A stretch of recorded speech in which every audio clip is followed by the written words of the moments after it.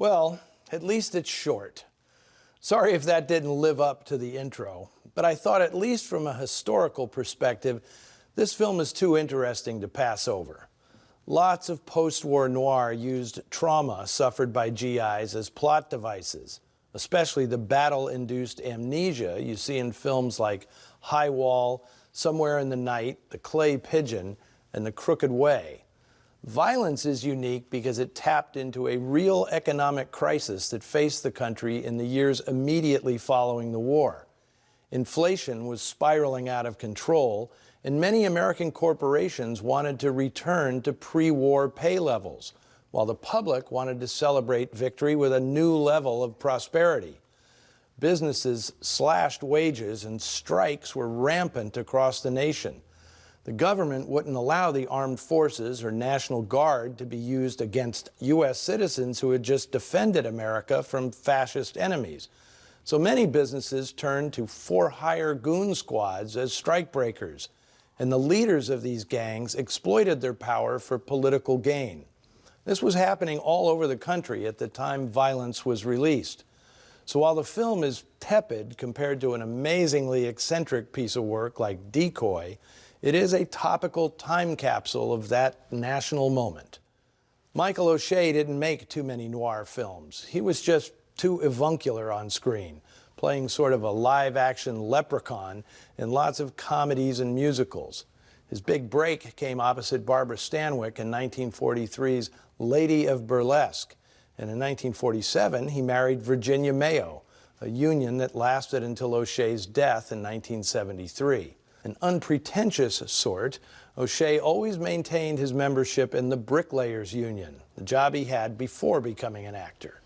Nancy Coleman didn't get many great roles in movies, but she enjoyed a diverse career, moving easily between radio, television, and stage, all the way into the 1980s.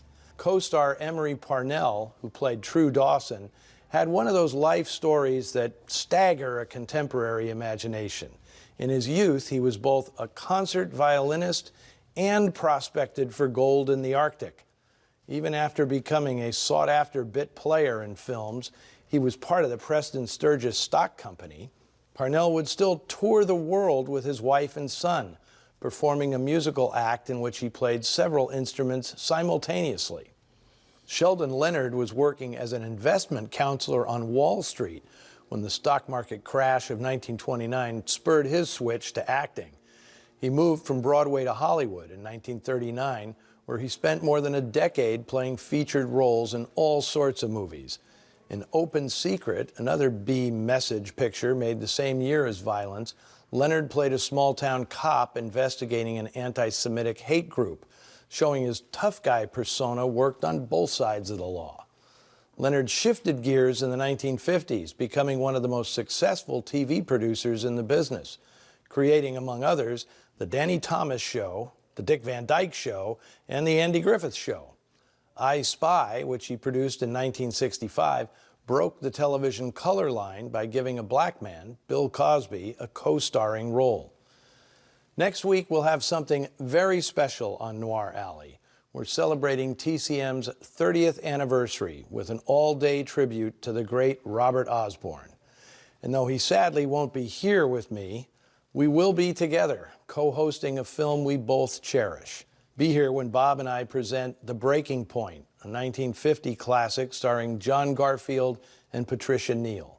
None of us, my hosting colleagues or our loyal audience, would be watching TCM today were it not for the influence and devotion of Robert Osborne.